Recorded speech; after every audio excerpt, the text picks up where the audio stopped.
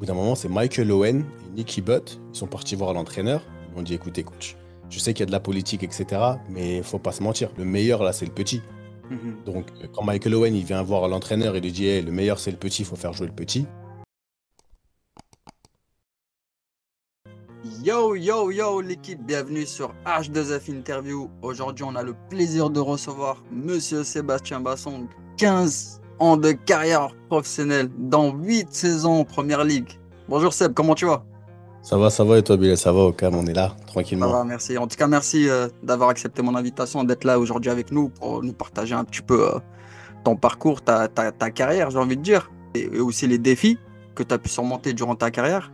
Mais avant de démarrer, dis-nous un petit peu qu'est-ce que tu fais aujourd'hui? Ce que je fais aujourd'hui, je travaille dans la performance, le coaching et l'accompagnement dans la performance. C'est-à-dire, je travaille sur le cerveau des gens, le comportement. Le Ok. comportement, le cerveau.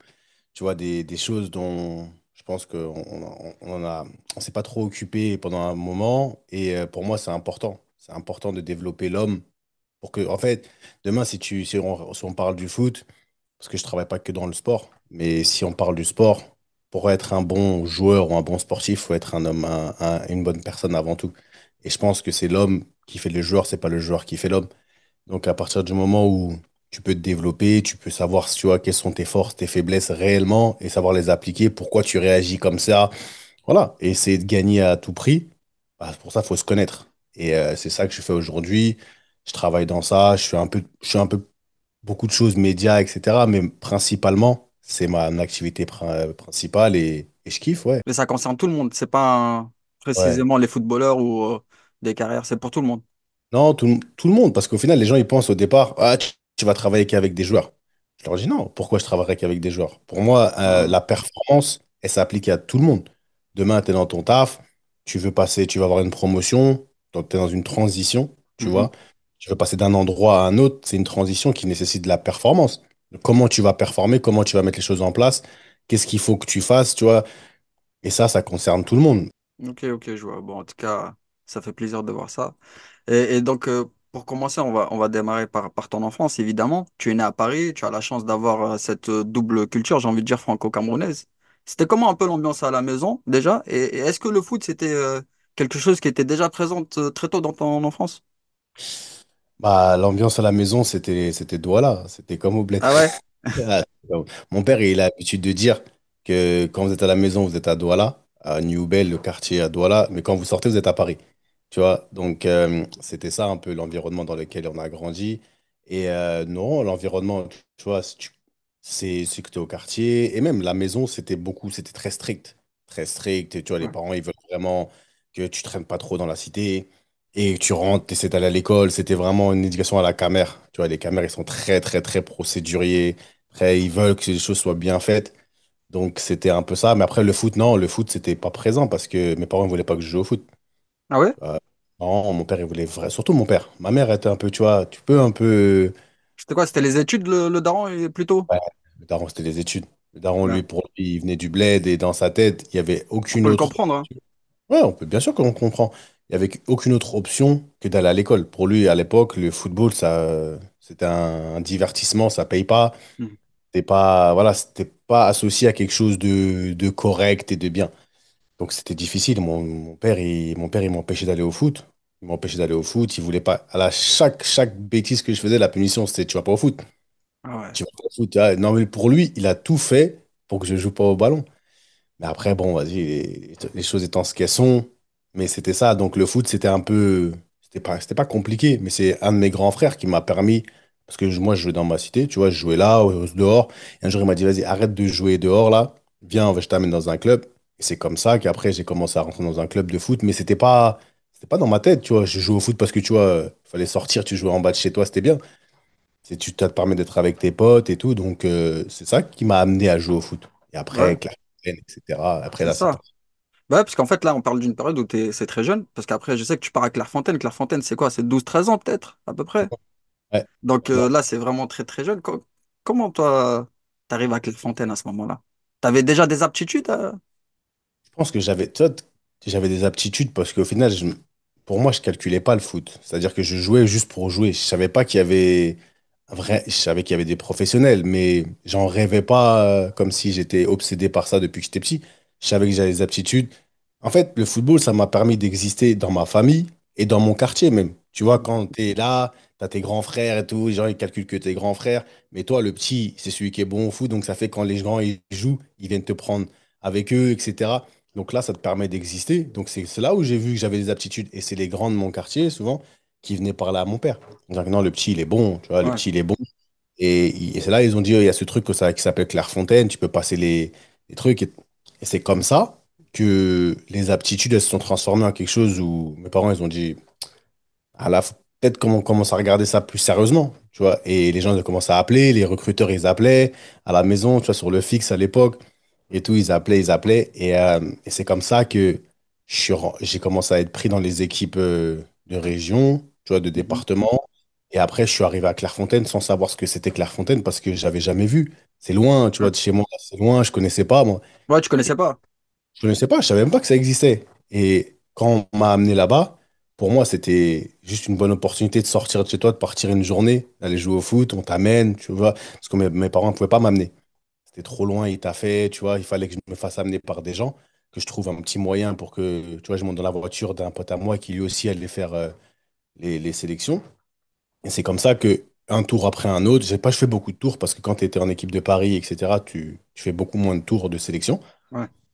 Et après, c'est comme ça qu'après, je suis arrivé à Clairefontaine jusqu'au dernier tour, au stage de 3 jours. Et à ce moment-là, même pour te dire, quand j'ai reçu la lettre où j'étais pris à Clairefontaine, Mhm. j'étais à Saint-Étienne. J'étais à Saint-Étienne en Ah train ouais. de visiter le centre de formation de Saint-Étienne. Ok. Mes parents à l'ETRA. Et c'est là-bas où on a reçu la lettre. Ma mère, elle l'a amenée et on l'a ouvert dans la chambre d'hôtel. Ah Et ouais. là, j'ai dû faire un choix. Là, j'ai dû faire un Donc choix. vraiment, avant Clairefontaine, t'avais quand même des offres, quoi. Ouais, j'avais Saint-Étienne parce que, surtout Saint-Étienne, avec Georges Clair, il y a beaucoup qui doivent connaître le recruteur Georges Clair. Il était venu, il nous avait vu jouer, donc il avait contacté mes parents et à ce moment-là, il travaillait pour Saint-Étienne Mhm. et il recrutait. Et donc, voilà, une chose en entraînant une autre, ils ont appelé, ils s'étaient intéressés par plusieurs joueurs, ils ont vu et après, ils voulaient que je vienne visiter les installations pour que j'y aille étant jeune. Mais ça a coïncidé au moment où je suis parti à Clairefontaine. Et donc après, Ouais. Saint-Étienne, c'était vraiment trop loin. Et Clairefontaine, Ouais, ouais, ouais, c'est clair. j'étais L'avantage de Clairefontaine, c'est que là, c'est à côté de la maison, on va dire. Mais tu j'étais tombes dans une fameuse génération, hein. Fameuse génération 86, tout le monde la connaît, cette génération. Abu Dhabi, Ben Arfa, et j'en passe d'ailleurs. Mais tu peux nous raconter un peu de tes souvenirs de Clairefontaine? à Clairefontaine. C'est une des meilleures périodes de ma vie, j'ai envie de te dire. Ouais, Footballistiquement, la déjà jeunesse. footballistiquement parlant, t'es ce que j'appelle le Harvard du football. On mange football, tu bois football, tu as appris. Non, mon QI football, je l'ai appris à Clairefontaine, j'ai baigné dans ça. Tu vois, quand on dit Obélix, il a baigné dans la potion magique, nous, on a baigné dans le QI football et on était vraiment exposé à cette excellence tout le temps, cette exigence depuis petit. Ça veut dire que la compétition, mais en même temps, on dormait avec notre ballon, tu vois, on avait un ballon chacun. On était vraiment matrixé, programmé pour penser football et pour avoir tu vois, une façon de penser différente. Et Clairefontaine, aujourd'hui, j'ai créé ma famille, mais c'est ma famille, Clairefontaine. C'est un peu comme une secte, tu vois, les mecs de Clairefontaine, que ce soit des générations en génération, il y a un héritage qui se passe, et t'es vraiment imprégné, tu vois, d'une culture qui fait que tu parles d'Abou, de Reiki, de Bastien, d'Habib, je sais pas, Quentin, tous mes Quentin, frérots, ouais. tu vois, JP, Stéphane, c'est c'est mes frères, pour de vrai, tu vois, on est vraiment des frères. Aujourd'hui, on a notre association Génération 86, après on a notre podcast Ballon Main Corps, mais tout ça, ça part de l'ADN INF Clairefontaine. Ouais, ça part de Certes, là. pas footballistiquement parlant, c'est sûr qu'on pense différemment et on est tatoué différemment, mais au niveau humain, on a appris des valeurs, tu vois, c'est vraiment, t'es un bébé, donc il te prolonge ton éducation. Donc Clairefontaine, pour moi, c'est juste indescriptible, et je pense que quand tu parles à tous les mecs de l'INF Clairefontaine, ils vont te répondre à peu près la même chose parce que c'est spécial et on se comprend. Ouais, ça t'apporte une éducation de la vie, mais aussi une éducation sportive à Clairefontaine, c'est ça qui est clair. C'est ça qui est bien, tu vois, c'est que des deux côtés, ils veulent former aussi des hommes, tu vois, il y a vraiment des valeurs. Et demain, le respect, la vie et tout, la difficulté, on te dit des choses qui sont dures. Très tôt, tu es confronté à des fois à des injustices, à la vie. tu vois, juste à la vie, mais très jeune, et footballistiquement parlant, sincèrement, j'étais au-dessus. C'est extraordinaire. Je peux pas rêver mieux à ce niveau-là. Et du coup, ouais, quand tu sors, toi, de Clairefontaine, pour toi, c'était évident que tu allais signer un contrat pro derrière? Honnêtement, Quand tu vois et le niveau par rapport aux autres où vous êtes là-bas, là. ouais, non, enfin, quand j'arrive à Metz, quand je signe mon contrat, je me dis si je fais pas le con, si je fais ce que je sais faire, je vais signer pro. Tu vois? Je dis, mais encore une fois, ça va pas venir comme ça. Il faut encore une fois pouvoir prouver et tu vois, assurer et faire ce que tu dois faire. Pas te laisser distraire, etc. Mais contractuellement parlant, j'ai un contrat espoir. Ça veut dire que tu vois, j'ai Ok. déjà un meilleur contrat qui quasiment me garantit d'avoir un certain nombre d'années pro. Mais ça, c'est sur le papier. Après, il faut délivrer. Il faut délivrer. Et quand tu sors de Clairefontaine, le problème, c'est qu'il y a des attentes. Tu vois, comme les gens, ils t'attendent, ils disent, on t'a donné ça, maintenant, on va pas te faire de cadeaux comme aux autres. Tu vois. Et il y a ce truc où tu vis un truc différent parce qu'à Clairefontaine, on est tous ensemble, on s'entraide, on est vraiment des frères. Là, quand tu arrives au centre de formation, c'est la guerre. C'est Chacun vraiment pour soi. chacun pour soi et les gens essaient de t'abattre. Tu vois, les gens essaient de t'abattre. Donc, il faut que tu t'adaptes. Donc, c'est ça. Après, au bout d'un moment, au départ, c'était un peu compliqué. Tu vois, la première année, quand je suis arrivé, tu prends un peu tes marques, tu comprends pas trop. Tu vois, les gens, ils sont pas aussi bienveillants. Personne ne veut ta mort pour de vrai. Mais c'est pas comme à Clairefontaine. À Clairefontaine, on est vraiment des frères. Tu vois, la réussite de l'un, c'est la réussite de l'autre. Là, on arrive au centre de formation. Oh, ah, ok, d'accord, c'est comme ça la jungle. Mais vu qu'on a ça en nous, on s'adapte vite. Et Oui. après, ouais, là, après, j'ai dit non, c'est devant, tu vois, je vais tout arracher et je vais aller chercher ce que je dois aller chercher. Oui, comme tu dis, toi, t'es sorti de Paris, donc tu viens pas de la campagne, on va dire, où tu découvres un nouveau monde de la sauvagerie, entre guillemets. Mais ouais, là, après, toi, quand tu signes ton premier contrat pro avec Metz, euh, pour toi, c'était une évidence ou c'était une suite logique dans ton parcours? Pour moi, c'était une suite logique. Une suite Pour moi, logique. franchement, En fait, quand j'ai signé mon premier contrat pro, j'ai pas fêté. J'ai pas fait, tu Ouais, c'est vois, genre, ça. oh, ouah, ça y est, t'as réussi. Comme beaucoup, ils m'ont dit, ouais, ça y est, t'as réussi. Et pour moi, c'était normal. C'était juste la première étape. Et après, je me suis dit, mais ça sert à quoi que je signe un contrat si je signe pas derrière un autre contrat et un autre contrat? C'est juste le départ de ma carrière professionnelle. Et je savais que elle pouvait être longue. Donc non, j'ai pas fêté. J'ai jamais été genre en gros, ah, laisse tomber, ça y est, je suis arrivé. Et je suis arrivé et inconsciemment, je me repose sur mes lauriers. J'ai eu des moments où je me suis un peu calmé, mais honnêtement, non, j'ai toujours été, vas-y, tu sais quoi, c'est quoi la prochaine étape? Est-ce qu'on va Ouais, faire quoi derrière? Tu vois, c'est quoi, on va faire quoi derrière? c'est ça. En plus, à Metz, c'est là-bas où tu fais tes armes, on va dire, tes débuts d'armes. Mais après, derrière, tu pars en essai à Newcastle. Est-ce que tu peux nous raconter cette période-là où tu vas en essai à Newcastle? Comment ça se fait que tu arrives en essai même? Comment ça se fait que j'arrive en essai? Parce que je suis à Metz, il me reste un an et demi de contrat, je crois, un an et demi de contrat. Et j'avais déjà eu des petites sollicitations, tu vois, de clubs français comme Lille et tout. On parlait un petit peu, mais ça s'était jamais réellement fait. Et quand je pars avec l'équipe de France Espoir faire le tournoi de Toulon. Ok. Et quand tu vas au tournoi de Toulon, il y a beaucoup de recruteurs, il y a beaucoup de clubs. Tu vois, ils sont là, ils regardent, ils scrutent. Et un jour, je jouais mon foot, mon tournoi, et je suis dans ma chambre d'hôtel et mon agent, il m'appelle. Il me dit, Eh, Seb, il y a un club qui est intéressé par toi et tout, Newcastle United et tout. Je dis, ah ouais, c'est bien, tu vois. Ah Il me ouais. dit, l'entraîneur, c'est Kevin Keegan. Mais tu connais? Je dis, quand même, je connais un peu, tu vois, je connais le Ouais. foot. Il m'a dit, ouais, c'est mon ami, etc., etc. Et là, il commence à me parler, il me dit, il sera intéressé. Mais à l'époque, j'étais fin, tu vois, j'étais Ok. vraiment fin. Ok. Il dit, mais il commence un peu à manger sa bouche, il essaie de tourner par le chinois un peu, tu vois, il me Ouais. dit, oh ouais, mais ils savent pas comment si tu t'adapterais, si ceci. J'ai dit, en gros, ils veulent que je vienne faire un essai. Je lui dis ça. Et il n'arrivait pas à le dire, tu vois, il n'arrivait pas à le dire, parce qu'il pense, comme j'étais en équipe de France, il pensait que ça va mal passer, il va mal le prendre. Il va jamais accepter Ouais, j'ai d'aller faire capté. un essai, tu vois, genre Ouais, j'ai son capté. écho, etc. Et là, je sais pas pourquoi je lui dis, en fait, ils veulent me voir Je dis, ils veulent un essai. Il m'a dit, ouais, en gros, non, mais je dis, c'est un essai. Je dis, ok. Il m'a dit, ah ouais? Je dis, ouais, ok. Et je sens que, tu vois, il a été soulagé. Et je lui Ouais. dis, ok. Il m'a dit, ok, j'arrange avec le club, mais parce qu'au final, l'essai, je suis toujours sous contrat avec le club de Metz.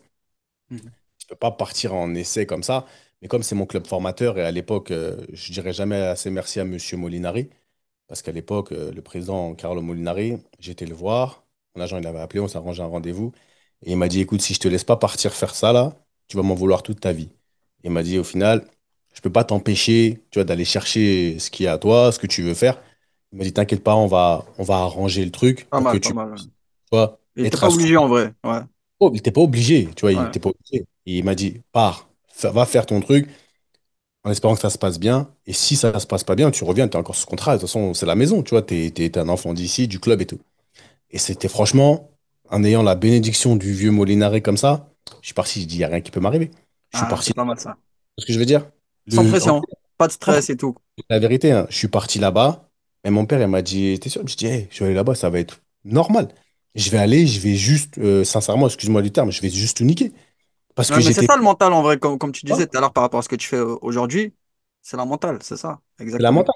Et je suis arrivé là-bas sans stress. J'ai dit, ouais, en fait, c'est quand on joue, donnez-moi le bas, mettez-moi sur un terrain, je vais être meilleur que tous les joueurs que vous avez. Parce que quand tu pars en essai, ce que les gens ne comprennent pas, c'est que l'essai, c'est spécial. Tu dois être meilleur que les gens qu'ils ont déjà. Ouais.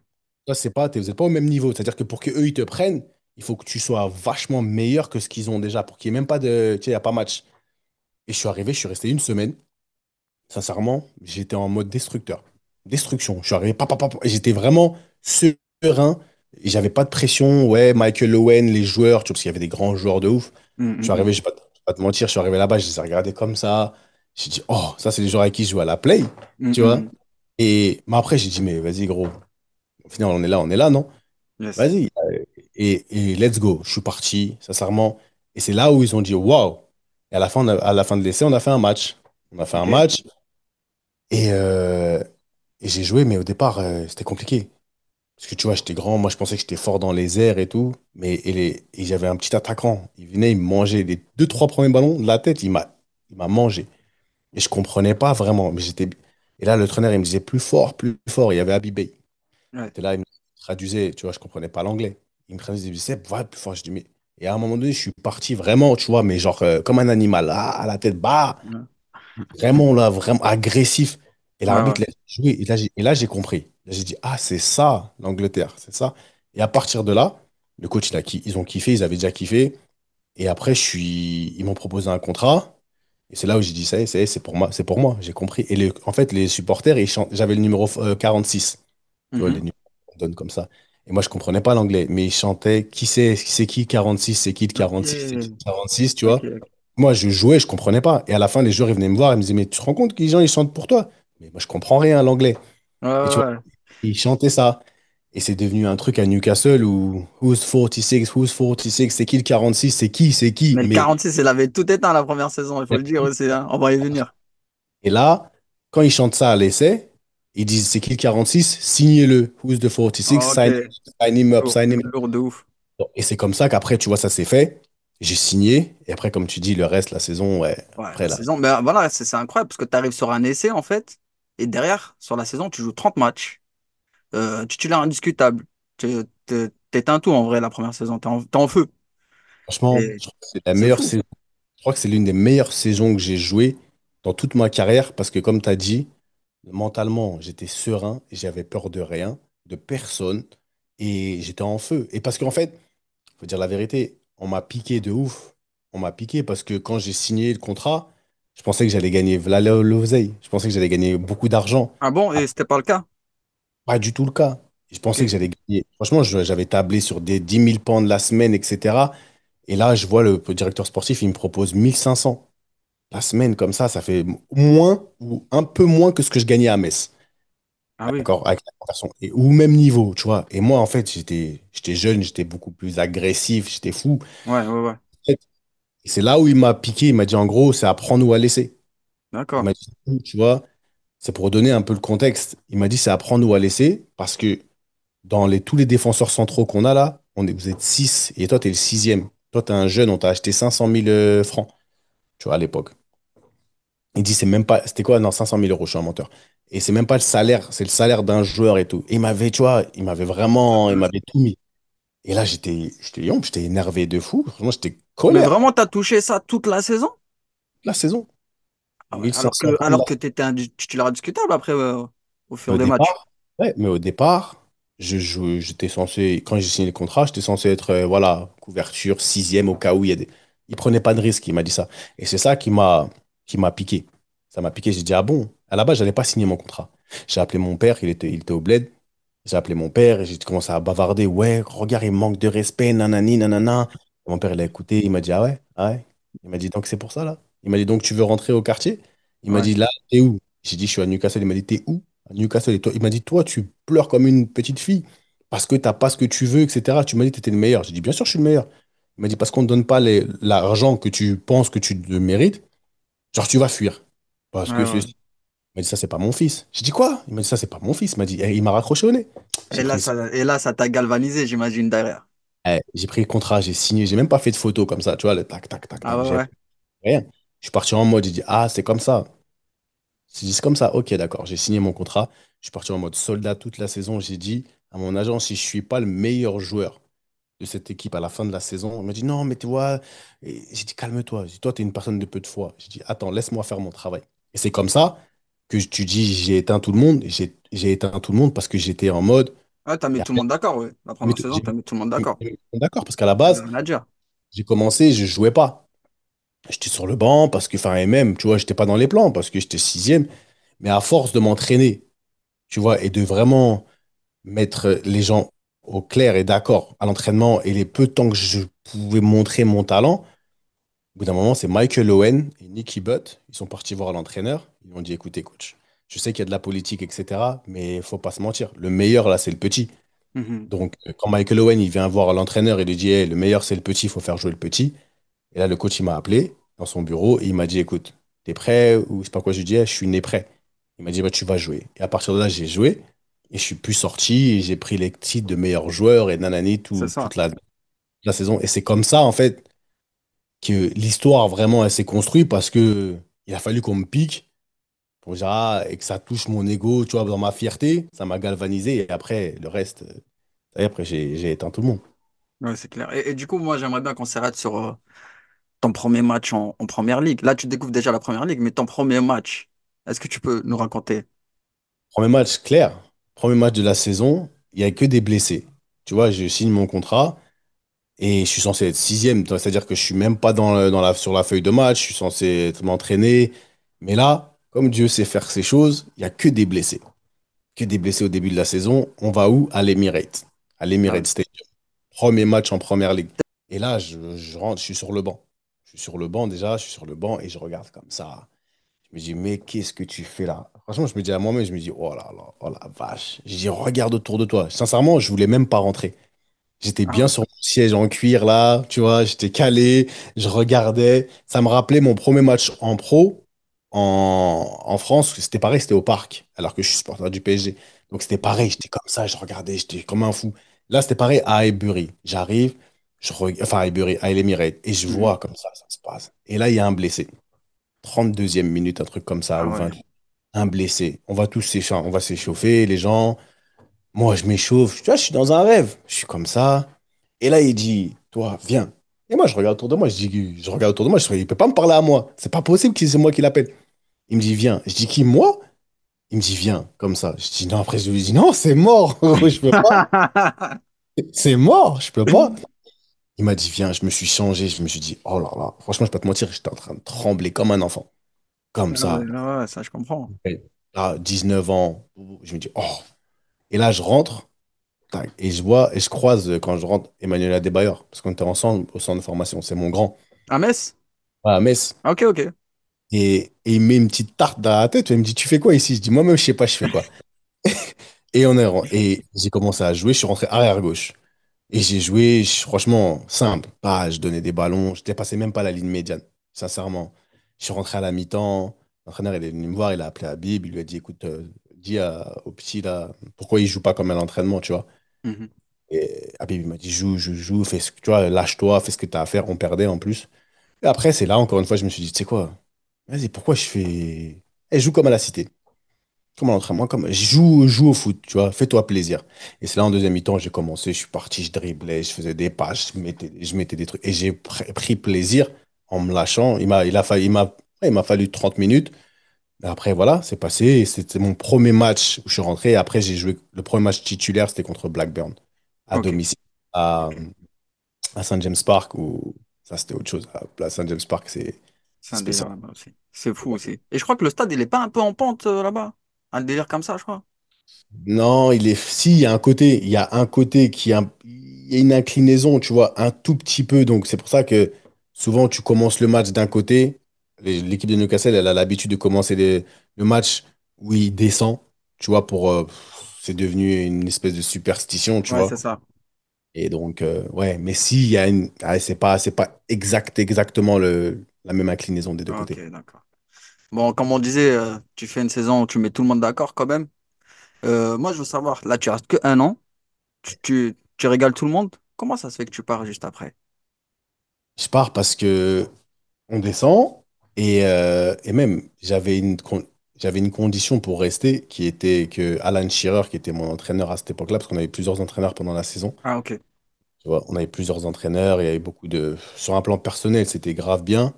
J'avais des bonnes performances, mais collectivement parlant, au niveau de l'équilibre du club et tout, il y avait beaucoup de bordel. Et on avait plusieurs entraîneurs, et à la fin, c'était Alan Shearer. On s'entendait grave bien, lui et moi.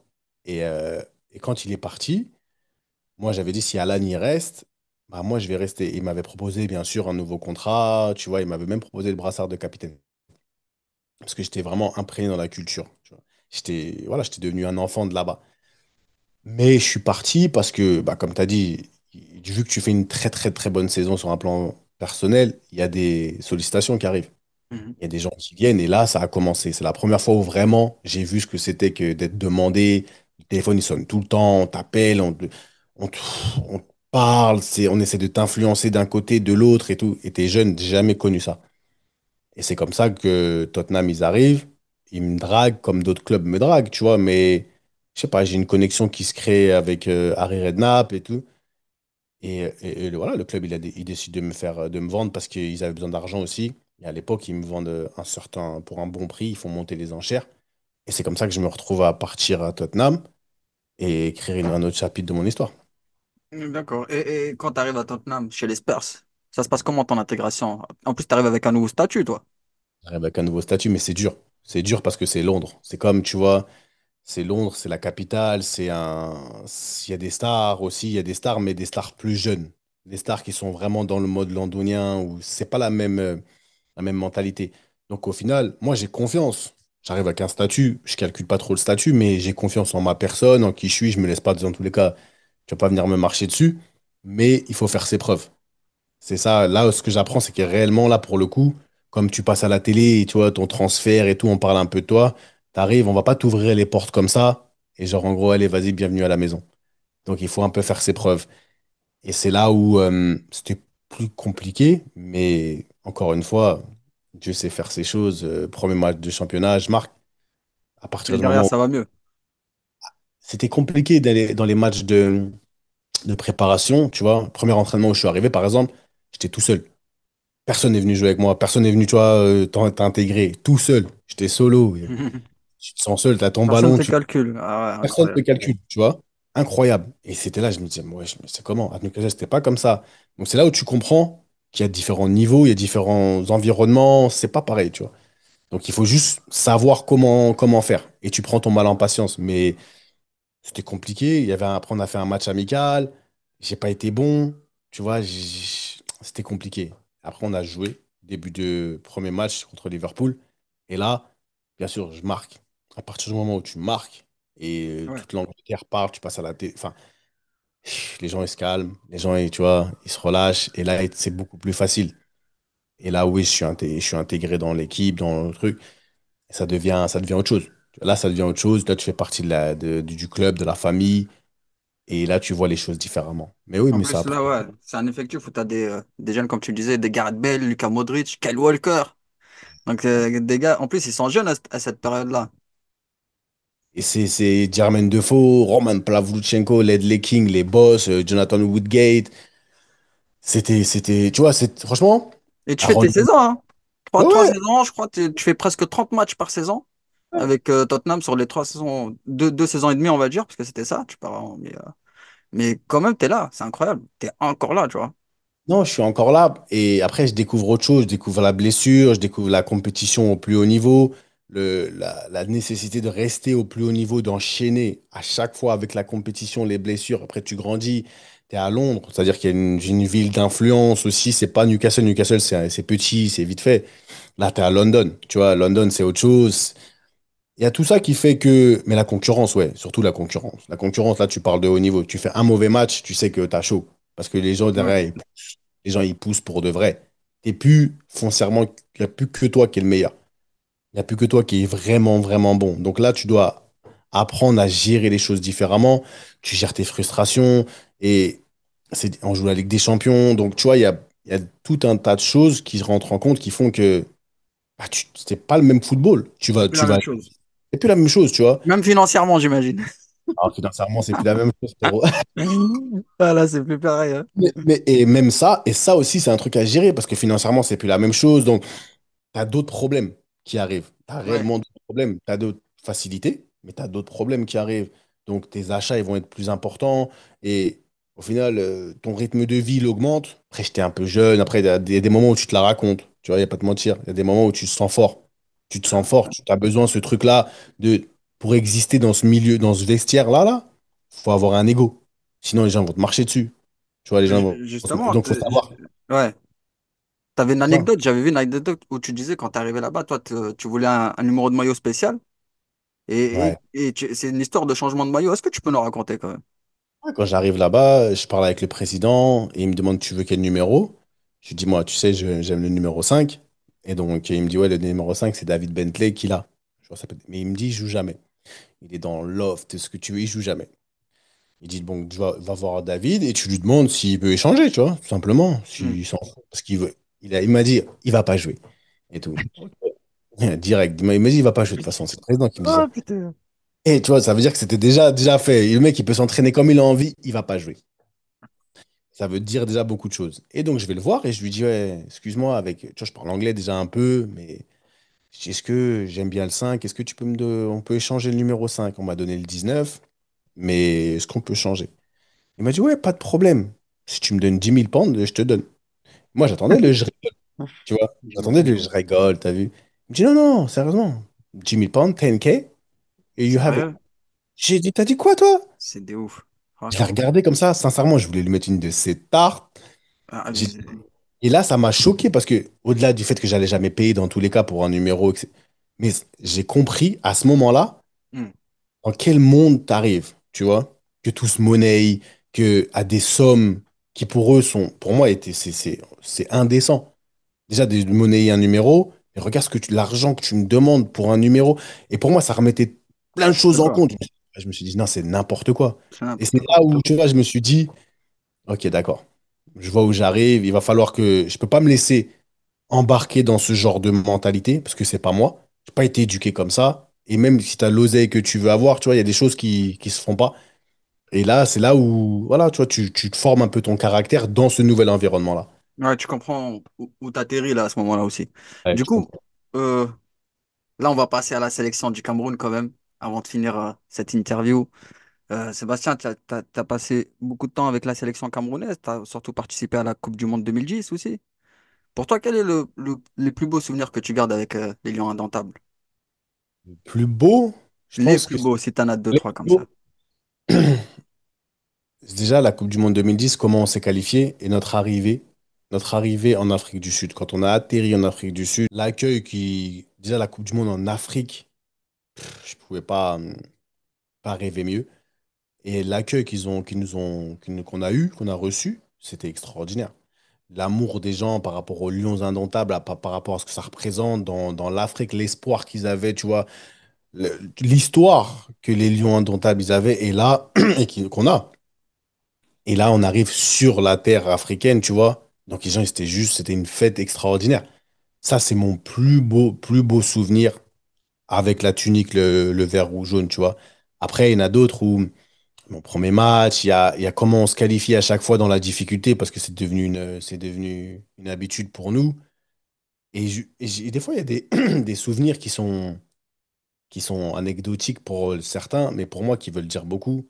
Tu vois, quand on se retrouve, quand on arrive, comment on se déplace, le, Ouais. l'amour des gens ou la haine, tu vois, parce que la frontière entre l'amour et la haine, elle est fine. Les Campas. Voilà, il n'y a qu'un pas. Cette passion, pour moi, c'est le plus beau. De la même manière qu'on peut nous mettre en haut, on peut nous descendre. Mais pour moi, ça, c'est vraiment de la passion. Et ça, tu peux, comme mon père, il me disait quand j'ai choisi pour que je joue pour les Lions, il m'a dit ça, tu seras jamais oublié. Il m'a dit le truc que quand tu joues pour l'équipe nationale en Afrique, tu seras, même à ta retraite là, tu seras jamais oublié. Tu fais partie de l'entité nationale. Et jusqu'aujourd'hui, j'ai peut-être pas les mêmes passe-droits ou les mêmes trucs mais parce que tu as représenté ton pays, on te met à un niveau où tu vois, tu fais partie de, voilà, tu es une entité de la nation. Comme un soldat qui est parti à la guerre et qui a été décoré parce qu'il a. Et ça, pour moi, c'est le plus beau souvenir c'est la plus belle image que je peux avoir de fait d'avoir porté le maillot des Lions indomptables. Exactement, c'est exactement ça. En tout cas, je te remercie beaucoup, Sébastien, de nous avoir accordé cette interview. C'est fait un plaisir pour moi de t'accueillir ici sur H2F Interview. Pas de problème, c'est moi qui te remercie et continue à faire ce que tu fais, c'est important Ah, c'est et la passion qui nous parle, on va dire. C'est la passion obligé. qui nous guide et on continue comme ça, il n'y a rien, il n'y a pas de souci. Ok. Merci à vous, l'équipe, d'avoir suivi cette interview et on se retrouve bientôt pour une nouvelle interview. Et je vous dis à bientôt. Ciao. Ciao.